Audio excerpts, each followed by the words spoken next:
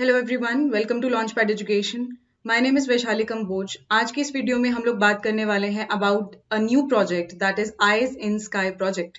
इसके अंदर बेसिकली है क्या कि हम लोग कुछ ऐसे एयरक्राफ्ट्स के ऊपर प्रेजेंट रेडार्स को डिजाइन करने वाले हैं इंडिजिनियसली।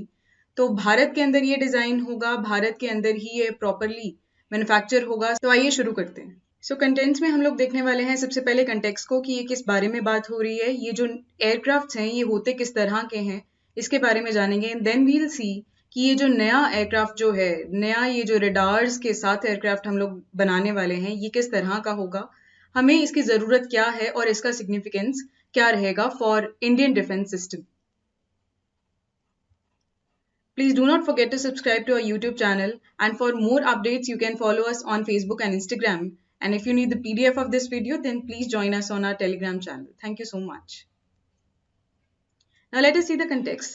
So सरकार ने अभी क्या किया है, 10,990 करोड़ का एक इंडिजिनस प्रोजेक्ट जो है उसको एक फाइनल नोट जो है वो दे दिया है। वहां पर उन्होंने इस चीज को अलाउ कर दिया है कि हम लोग एक नया प्रोजेक्ट बनाने वाले हैं जिसके अंदर हम लोग 6 AEW&C, what is this now? This is airborne early warning and control aircraft. तो ऐसे कुछ एयरक्राफ्ट को हम लोग यहाँ पर बनाने वाले हैं। ठीक, ये जो हमारे एयरक्राफ्ट्स होंगे, these are critical in modern warfare, ऐसा कहा गया। And these will be powerful eyes in the sky to bolster IFS surveillance capability. अब देखो है क्या कि हमने क्या करना है, एयरक्राफ्ट जो है उसके ऊपर एक रेडार जो है उसको लगाया जाएगा। ये जो रेडार है, this is an early warning and control system. मतलब ये नीचे देखकर बता सकता है, आसपास देखकर बता सकता है कि हमें हमला होने की संभावना है, या सामने से अगर कोई एयरक्राफ्ट जो है वो आ रहा है तो हमें उस पे नजर रखने में थोड़ी आसानी होगी।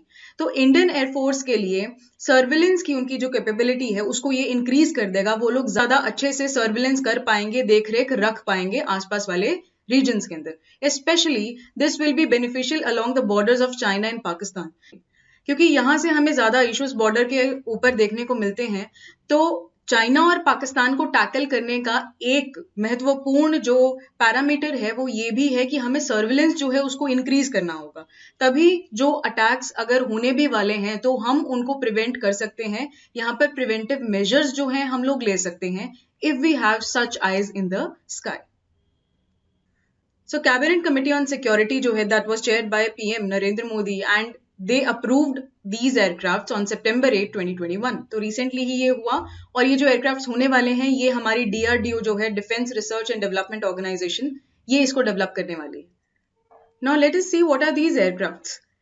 AWACS मतलब airborne warning and control system. मतलब ऐसा कोई भी एयरक्राफ्ट जिसके ऊपर एक वार्निंग एंड कंट्रोल सिस्टम जो है वो लगा हुआ है, या फिर इसको एक और नाम से भी जाना जाता है, that is airborne early warning and control systems. So these are radars that are fitted on an aircraft, ताकि हम एनिमी रीजन्स जो हैं उनके ऊपर नजर रख पाएं, अपने भारत के ऊपर कोई संकट ना आए, ऐसे में भारत को बचाने के लिए हम लोग नजर रख पाएं अपने आसपास वाले रीजन्स में।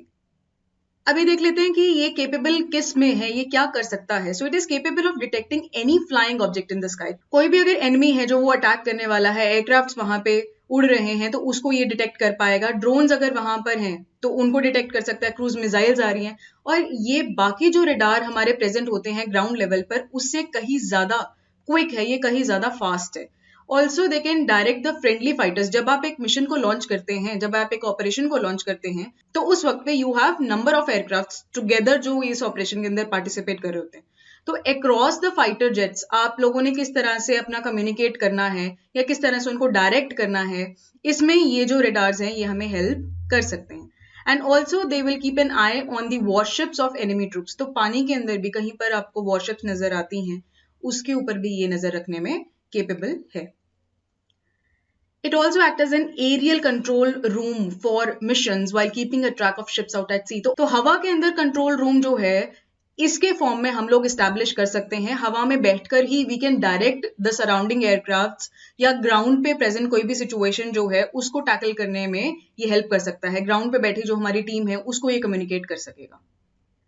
अब जो हमारा नया ये कंट्रोल सिस्टम होने वाला है, इसके अंदर क्या चेंजेस हैं इसको हम देखेंगे। पहली चीज, जो हमारा ये नया एयरक्राफ्ट होगा इसके अंदर जो एयरक्राफ्ट यूज किया जा रहा है, जिस प्लेन के ऊपर इस रेडार को लगाया जाने वाला है, सिस्टम को लगाया जाने वाला है, that is Airbus 321 and Airbus 319। पहले यूरोप से हम लोग एयरक्राफ्ट जो थे वो लेने वाले थे, वो हमें महंगा पड़ता। अब हमने क्या किया है कि एयर इंडिया से सस्ते में ये एयरक्राफ्ट को लेकर इसके ऊपर we are going to establish these radars. So ये जो अब एयरक्राफ्ट होने वाले हैं, इसके अंदर ये जो रेडार यूज हो रहा है वो इंडिजिनस है, पहली बात। इससे पहले भी हमारे पास एक इंडिजिनस रेडार्स हैं जिसका नाम है नेत्रा। नेत्रा के अंदर है क्या कि कवरेज जो है दैट इज अराउंड 240 डिग्रीज का कवरेज है और डिस्टेंस अराउंड 250 किलोमीटर की रेंज का ये कवर करता है। तो अब ये जो हम नया सिस्टम बनाने वाले हैं, इसके अंदर जो हमारी कवरेज होगी that will be increased coverage, that is 360 degree coverage. तो चारों ओर से आप किसी भी डायरेक्शन से यहाँ पर कोई भी खतरा अगर आ रहा है तो आप उसे डिटेक्ट कर सकते हैं। सर्विलेंस आप 360 डिग्री रख सकते हैं। ऑल्सो इसका जो रेंज होगा वो 250 किलोमीटर से ज्यादा होने वाला है, तो काफी दूर रेंज तक और चारों दिशाओं के अंदर आप नजर एक समय पे रख सकते हैं। ना व्हाई इज इट रिक्वायर्ड, इसकी जरूरत हमें है क्या, हमें क्यों इन इतने महंगे प्रोजेक्ट्स को अपने डिफेंस सिस्टम के अंदर शामिल करने की जरूरत पड़ी। सो देखिए, ये कोई अचीवमेंट नहीं है हम लोगों की, ये हमारी जरूरत है आज के टाइम पे, क्योंकि हमारा जो डिफेंस सेक्टर है, हमारा जो डिफेंस ऑफ इंडिया है, उसके लिए बहुत ज्यादा जरूरत है कि हम अपनी कैपेबिलिटीज को इंक्रीज करें। बिकॉज जिस तरह के देशों से हम लोग घिरे हुए हैं, हम लोगों के ऊपर खतरा जो है वो हर समय मंडरा रहा है, चाहे वो टेररिज्म का हो, चाहे वॉर होने वाली हो, बॉर्डर स्टैंड ऑफ्स हो, हमेशा कुछ ना कुछ पिछले कुछ टाइम से चीजें लगातार चल रही हैं और आने वाले टाइम पर भी इनके चलने की संभावना पूरी पूरी है। So this is our operational necessity that we need such aircrafts. और ये जो ऑपरेशनल नेसेसिटी है, ये जो जरूरत है, हम लोगों को फील हुई जब हमारा पाकिस्तान के साथ स्कर्मिश हुआ, हमारी लड़ाई हुई उनके साथ। और ऑपरेशनल नेसेसिटी हमें इसलिए लगी क्योंकि पाकिस्तान के साथ जब हमारे स्कर्मिशेस हुए, कुछ बालाकोट के अंदर एयर स्ट्राइक्स हुए, उसके बाद फरवरी 2019 के अंदर हमारे पाकिस्तान के साथ इश्यूज चल रहे थे, क्रॉस बॉर्डर काफी ज्यादा स्कर्मिशेस चल रहे थे। तो उस टाइम पे हमें फील हुआ कि we need certain kind of surveillance, certain strong surveillance की जरूरत हम लोगों को थी। तो इंडियन एयरफोर्स को ये चीज फील हुई, दैट इज वाई हम लोगों ने ऐसा एक स्टेप जो है वो लिया है। तो अभी तक हम लोग बात कर रहे थे कि पाकिस्तान की तरफ से इश्यूज आ रहे हैं, लेकिन अब एट द सेम टाइम हम लोगों को हमारे एक और नेबर दैट इज चाइना की तरफ से भी कुछ प्रॉब्लम्स फेस करने को मिली हैं। जैसे हम डोकलाम का इशू देख रहे थे, फिर उसके बाद हम लोगों ने यहाँ पर देखा लद्दाख बॉर्डर के ऊपर स्टैंड ऑफ को। अब ये कुछ ऐसे बॉर्डर्स हैं जो बहुत ही ज्यादा सेंसिटिव हैं और बहुत परफोरेटेड भी हैं।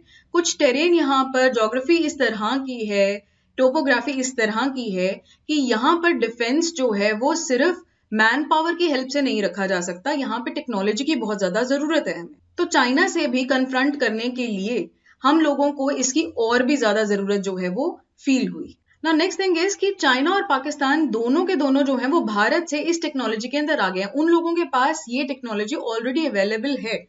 पाकिस्तान के पास 8 से 10 हैं ऐसे early warning and control systems.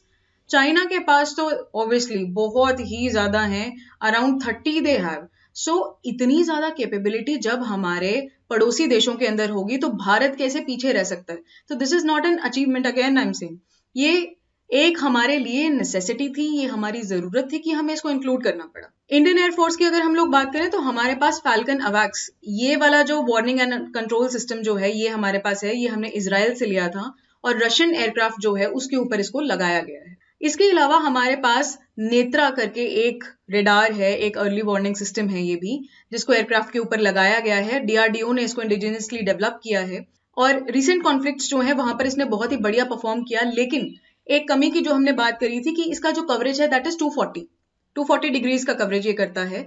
अब हमने थोड़ा और एनहांस कर दिया इस चीज को और 360 डिग्री कवरेज जो है अब हम नए आने वाले रेडार्स के अंदर बनाने वाले हैं। Now let us see what is the significance, importance क्या है इस चीज की। अगर हम ये चीज कर रहे हैं तो हमें इससे क्या क्या फायदे हो सकते हैं। First thing, surveillance capacity obviously हमारी डिफेंस फोर्सेस की इंक्रीज होने वाली है और चेंज होते हुए जियोपॉलिटिकल सिनेरियो की वजह से जियोपॉलिटिकल जो सिचुएशंस हैं, जो अराइज हो रही हैं टेंशंस, वो राइज होती जा रही हैं इन द सराउंडिंग रीजन्स। चाहे हम इंडियन ओशन की बात करें, चाहे हम इंडो पैसिफिक की बात करें, चाइना का जो डोमिनेंस है वो बहुत ज्यादा बढ़ता जा रहा है इस आसपास वाले रीजन के अंदर, and that is why it becomes all the more necessary to keep an eye over such regions.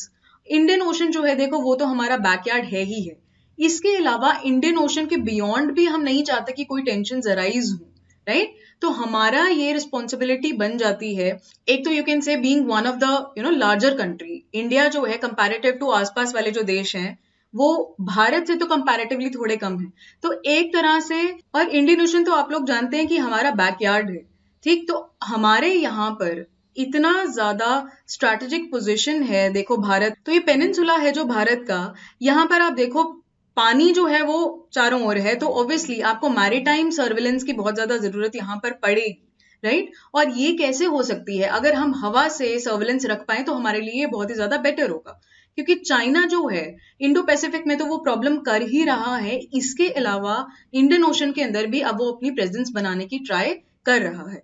Belt and road initiative जो है वो ऑलरेडी उनका लैंड के थ्रू चल रहा है, वहां पर भी हमें सर्विलेंस की जरूरत है, क्योंकि आप जानते हैं बेल्ट एंड रोड इनिशिएटिव जो है वो भी चाइना का चल रहा है। देन मैरीटाइम रूट जो है वो भी वो लोग बनाने की ट्राई कर ही रहे हैं, इनफैक्ट काफी ज्यादा अब उसके अंदर वो लोग आगे पहुंच चुके हैं। सो काइंड ऑफ दैट कि they have a presence in the surrounding areas of India, and that is why यहाँ पर हमें बहुत ज्यादा जरूरत पड़ जाती है कि हम इस चाइनीज मूवमेंट के ऊपर सर्विलेंस थोड़ी रख सकें। इसके अलावा और भी बहुत सारी चीजें हैं, जैसे कि टेररिज्म है, पानी के थ्रू बहुत सारे अटैक्स हुए हैं, मुंबई के ऊपर टेरर अटैक जो हुआ पानी के थ्रू हुआ, सर्विलेंस की जरूरत है। सेकेंडली यहाँ पर ट्रैफिकिंग की जो प्रॉब्लम है वो भी काफी ज्यादा है, तो पानी के थ्रू बहुत सारे ऐसे क्राइम्स हैं जो होते हैं, तो एक तरह से ओवरऑल जो है हम लोग यहाँ पे नजर रख पाएंगे अपने इस रीजन के ऊपर, एंड इनफैक्ट हम अपने आसपास वाले जो कंट्रीज हैं, छोटे जो कंट्रीज हैं, उनको भी हम लोग हेल्प कर सकते हैं यहाँ पे सर्विलेंस के अंदर, right? And this project is an indigenous project, जैसे हमने बात करी मेक इन इंडिया इनिशिएटिव के अंदर इसको करा जा रहा है, एंड इसी के अंदर हम लोग बात करते हैं आत्मनिर्भर भारत अभियान की। तो हमने बात करी थी कि हम चाहते हैं कि इंडिया कैसा हो, इंडिया सेल्फ रिलायंट हो। तो इस विजन को, ये जो विजन हमने रखा है भारत के लिए ऑफ सेल्फ रिलायंट इंडिया, आत्मनिर्भर भारत, ये इस प्रोजेक्ट के थ्रू और एक स्टेप फॉरवर्ड हम लोग पहुंच गए हैं उस विजन के अंदर। एंड लास्टली हमारी जो डोमेस्टिक इंडस्ट्रीज हैं उनके लिए यहाँ पर बहुत सारी अपॉर्चुनिटीज जो हैं वो ओपन हो जाती हैं जब इस तरह के इंडिजिनियस प्रोजेक्ट्स हम लोग करते हैं। तो हमारा जो डिफेंस सेक्टर है अब धीरे धीरे वो इंडिपेंडेंट होने की ट्राई कर रहा है कि भारत के अंदर ही जो हमारे टेक्नोलॉजी है उसको इस्तेमाल करके भारत के अंदर ही इक्विपमेंट्स हमारे बनाए जाए। तो इससे क्या होगा, डिमांड जो है ऑब्वियसली रेज होगी और हमारी डोमेस्टिक इंडस्ट्रीज जो हैं वो ग्रो करेंगी यहाँ पर। ऑल राइट जी, सो अब हम लोग बात कर लेते हैं about the questions. So prelims की अगर हम बात करें तो यहाँ से बिल्कुल डायरेक्ट क्वेश्चन आने की पॉसिबिलिटी है। They can ask you what is this eyes in the sky project, what is AEWC, ये होता क्या है, early warning and control systems ये किस तरह के, नेत्रा क्या चीज है, they can ask you, right? तो इस तरह के कुछ छोटे क्वेश्चंस यहाँ पर बनाए जा सकते हैं, वेरी डायरेक्ट। देन अगर हम लोग मेंस की बात करें, सो मेंस के अंदर they can ask you overall कि डिफेंस सेक्टर के अंदर इंडिपेंडेंट बनाने के लिए हमारे डिफेंस सेक्टर को क्या स्टेप्स जो हैं गवर्नमेंट ने लिए हैं। So one of the project is this, then Netra को आप मेंशन कर सकते हो, और बहुत सारे ऐसी चीजें चल रही हैं ऑलरेडी जिसके ऊपर आप यहाँ पर बात कर सकते हैं। So that was all from this topic, thank you so much for watching this video, and अगर आपको ये वीडियो पसंद आई तो प्लीज लाइक और सब्सक्राइब किए बिना नहीं जाइएगा, एंड फॉर मोर अपडेट्स आप लोग हमें फॉलो कर सकते हैं फेसबुक और इंस्टाग्राम पर, और अगर आपको PDF चाहिए इस वीडियो का तो आप हमें ज्वाइन कीजिए हमारे टेलीग्राम चैनल पर। Thank you so much.